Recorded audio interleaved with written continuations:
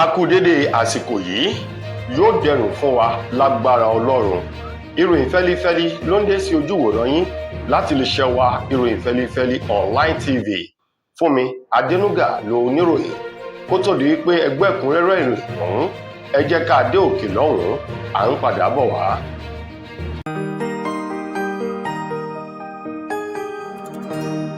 Ìròyìn fẹ́lífẹ́lí TV, àjààbálẹ̀ làwọn ìròyìn ti wà, máa wò lóòrèkóòrè.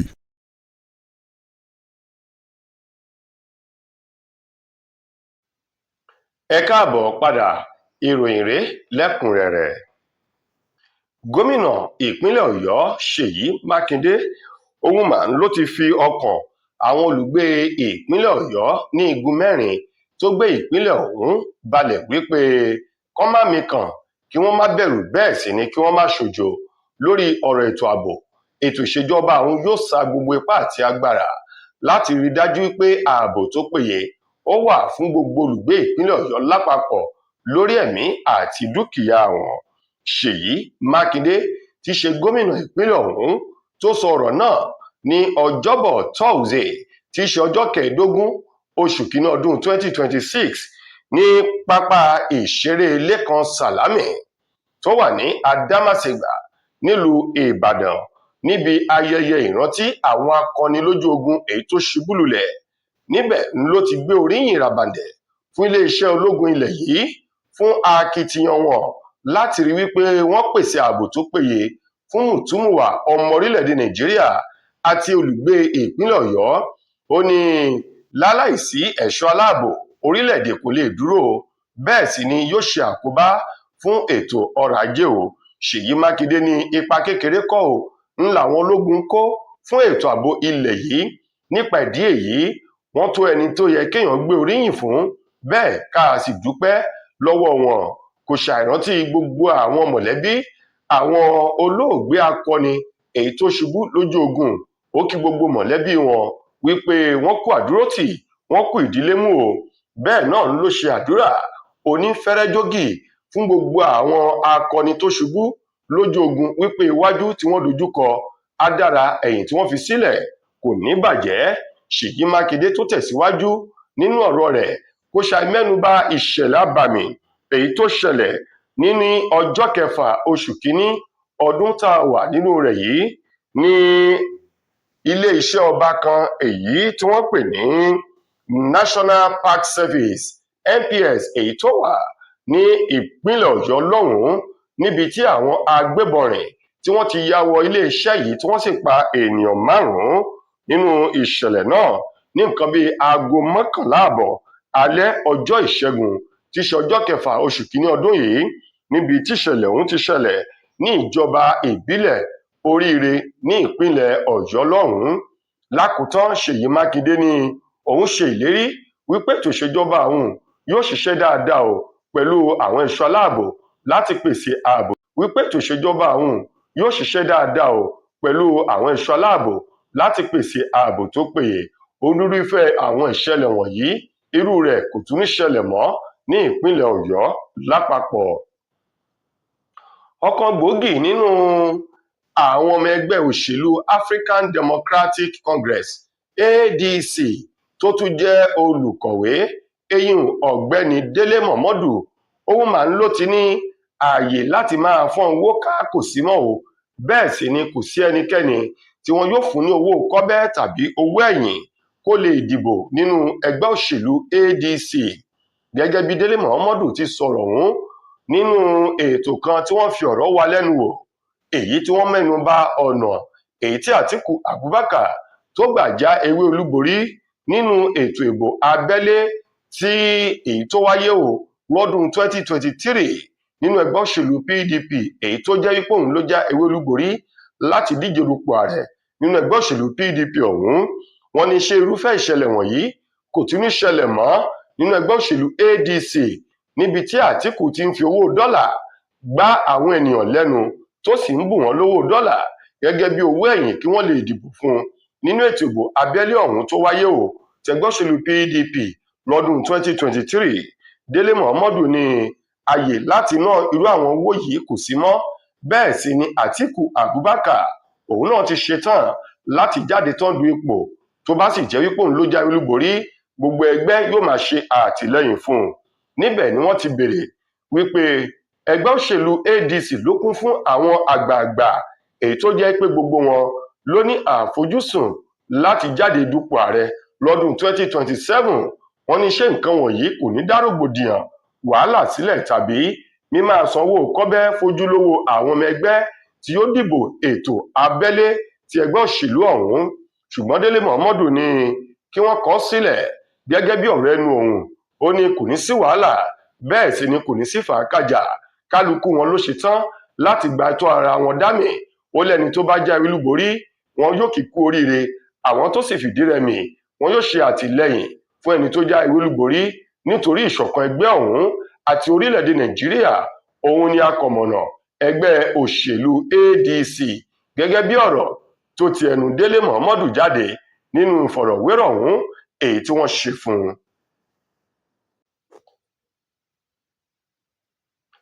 Àjọ tó ń ṣe kòkárí ètò ìbò nílẹ̀ wa ẹ̀ka ti ìpínlẹ̀ Ọ̀ṣun òun mà ló ti ní ètò ìbò tàwọn gómìnà tí ó wáyé nínú oṣù kẹjọ ọdún tá a wà yìí wípé kò ní sí ogun, bẹ́ẹ̀ kò ní sí ìjà, yóò lọ ní ìrọwọ́rọsẹ̀ láì mú fàákàjà kankan dání o. Àjọ elétò ìbò ilẹ̀ wa INEC ti ìpínlẹ̀ Ọ̀ṣun tó sọ ọ̀rọ̀ yìí níbi ìsìn ìdúpẹ́ àti fífa gbogbo lé Ọlọ́run lọ́wọ́ o fún ìbẹ̀rẹ̀ iṣẹ́ nínú ọdún tuntun 2026 yìí, èyí tó wáyé ní olúlé iṣẹ́ àjọ INEC tó wà nílùú Òṣogbo, olúlu ìpínlẹ̀ Ọ̀ṣun, ní òwúrọ̀ kùtùkùtù ọjọ́bọ̀ Thursday tí ṣe ọjọ́ kẹẹ̀ẹ́dógún nínú oṣù kínní ọdún 2026. Níbẹ̀ ni wọ́n ti fi ìyìn ọpẹ́ fún Ọlọ́run tí wọ́n sì fa ìrìn àjò yìí tọdún 2026 lé Ọlọ́run lọ́wọ́. Bákan náà wọn kò ṣàì fi àdúrà fi ti ètò ìdìbò tàwọn gómìnà tí ó wáyé ní ọjọ́ kẹjọ oṣù kẹjọ ọdún yìí lé Ọlọ́run lọ́wọ́, ọba ìbẹ̀rẹ̀, ọba tó túmọ̀ òpin gbogbo, wípé kó gba ìṣàkóso ètò ìdìbò náà láìsí wàhálà kí ohun gbogbo kó lọ ní ìrọ̀rùn.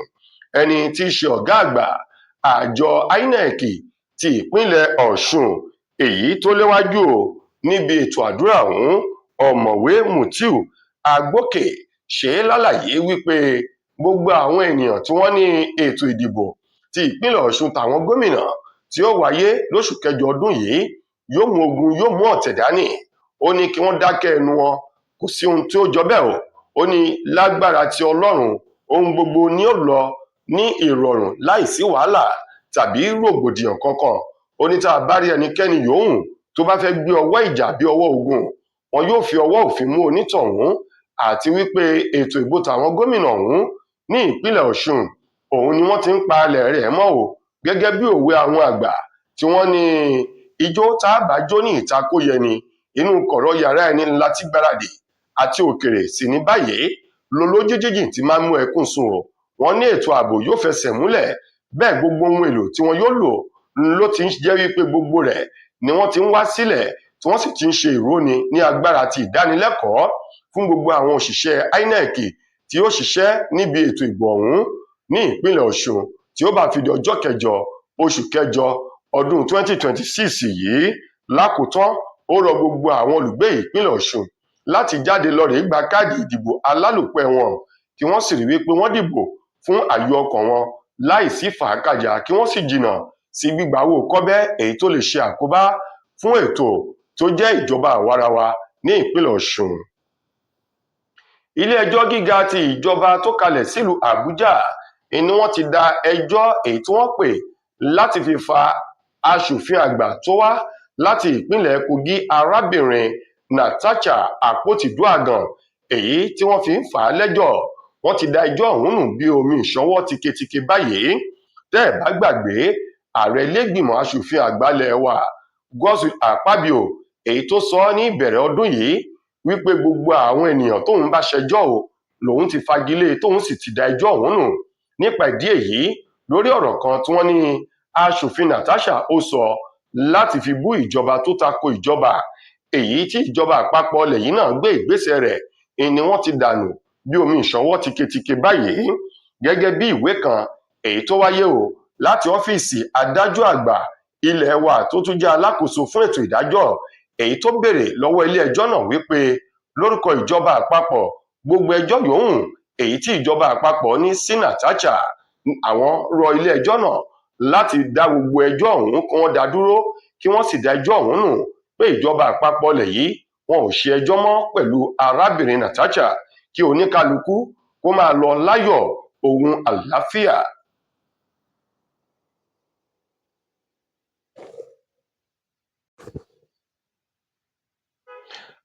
Lákòótán nínú ìròyìn wa fún ti tòní, ọ̀kan nínú àwọn gbajúgbajà olórin Afrobeat tó tún jẹ́ ọ̀kan nínú àwọn ọmọ olóògbé gbajúgbajà ni Fẹlá Aníkúlápó Kútì bàbá 70.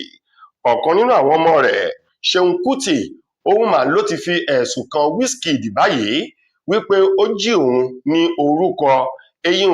orúkọ àdàpè tí wọ́n ń pera wọn ní ìgboro ayé o.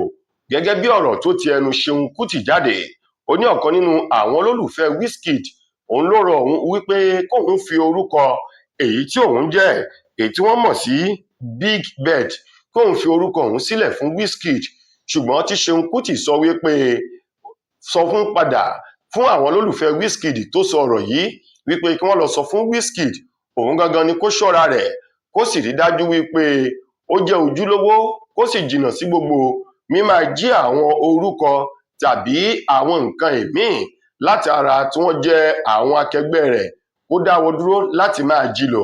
Gẹ́gẹ́ bí Wizkid náà ti ń lo Biggest Bird báyìí nígbà tí Ṣeun Kútì ń lo Big Bird, ó ní àwọn orúkọ wọ̀nyí Ṣeun Kútì ní òun lòun jẹ́ Big Bird síwájú kó tó di pé Wizkid ó bẹ̀rẹ̀ orin lòun ti ń kọ orin tí wọ́n sì ti mọ òun jákèjádò àgbáyé pẹ̀lú orúkọ òun tí wọ́n pè ní Big Bird. Ó ní wàyí o Wizkid tó dé ní ọ̀sán kan òru kan tó ṣe pé orúkọ òun ló fẹ́ máa lò láì bìkítà ẹni tó ti ń lò tẹ́lẹ̀ tó wá yí padà sí Biggest Bird. Ó ní àti Big Bird àti Biggest Bird Ṣeun Kútì ní òun lòun lo gbogbo àwọn orúkọ wọ̀nyí. Nípa ìdí èyí kí Wizkid kó ṣọ́ra rẹ̀ kó sì ṣèwé agbéjẹ́mọ́wọ́ o kó má bàa kan ìdí nínú iyọ̀ nípa jíjí òun ní orúkọ. Tó ẹ̀yin èèyàn wa, ìròyìn wa kò ní jù báyìí lọ fún ti tòní. Títí di ìgbà ìmíì tẹ́ máa láǹfààní láti gbọ́ tún rèmí nílé iṣẹ́ wa. Mo gbà á ní àdúrà wípé wàhálà ìdààmú ò ní kàn wá. Fúnmi Adénúgà lẹni tó mú wá sí ojú ìwòran yín. Ẹ ṣeun fún ìfẹ́ tẹ́ ẹ ní sí wa. Ire o.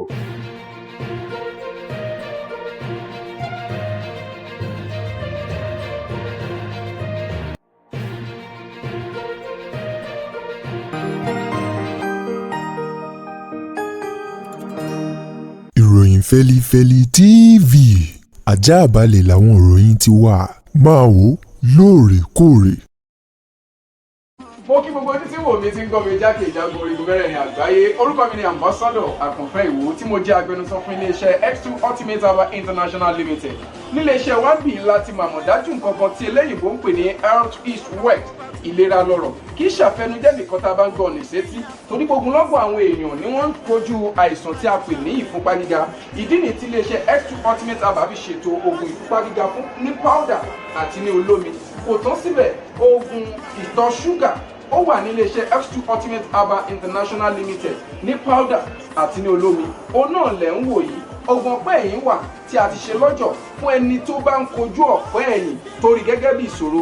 Iléeṣẹ́ wa níbí ní oògùn ẹ̀ tó lè bá wọn tán rẹ̀ lójú ọgbọ́n. Bákan náà ogunlọ́gọ̀ àwọn èèyàn ni wọ́n jẹ́ oníbìísí tí wọ́n ti rora wọn pín wípé Ọlọ́run ò lè ṣe é ṣùgbọ́n tó jẹ́ pé àìsàn kan sómìíràn ní kọjú ọmọ bíbí wọn. Ó wà ní iléeṣẹ́ X2 Herbal International Limited.